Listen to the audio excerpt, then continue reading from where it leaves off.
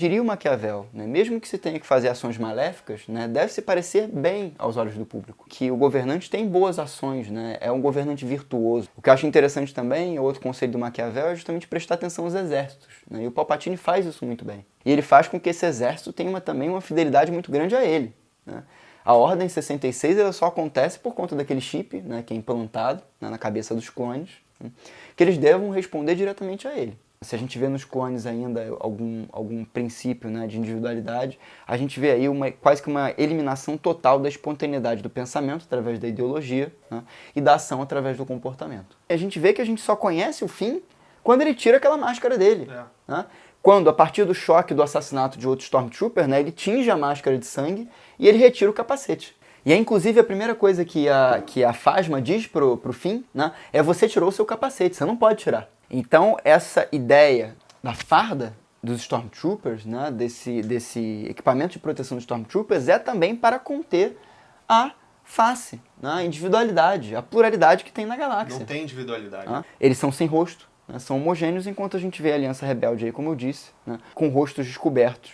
Qual que é o tema principal da mitologia do Star Wars, né?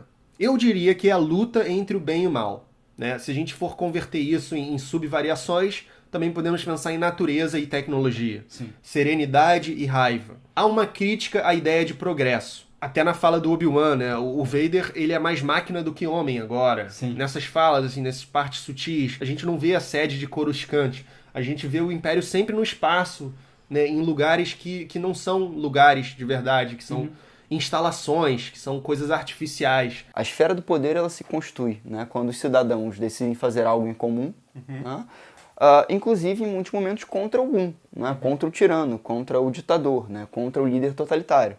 Né. A forma extrema do poder resume-se em todos contra um. Isso então seria o poder. E a extrema forma de violência é o um contra todos. Né.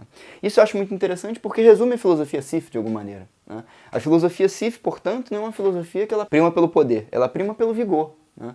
E pelos meios de violência, que são justamente os meios de ampliação desse vigor. Isso a gente pode pensar, inclusive, num paralelo muito forte, né? Essa questão dos implementos de violência, né? Em relação aqui, nós. Né? A gente pode pensar na bomba atômica como algo que vai justamente aí a Estrela da Morte simbolizar. E no caso do Palpatine, a gente pode lembrar, né, em alguém que era a combinação das três grandes formas anteriores de violência do Palpatine, antes do Palpatine se tornar um imperador. Né? Se a gente lembrar, né, o Darth Maul era justamente um ser ressentido, né, aquele que nasceu através do ressentimento. Né? O Conde Dooku era um Jedi caído, né? E o General Grievous era um ciborgue. Né? E o Anakin, né, que se tornou esse instrumento, né, final do Imperador Palpatine, né, temido por toda a galáxia, é a combinação desses três.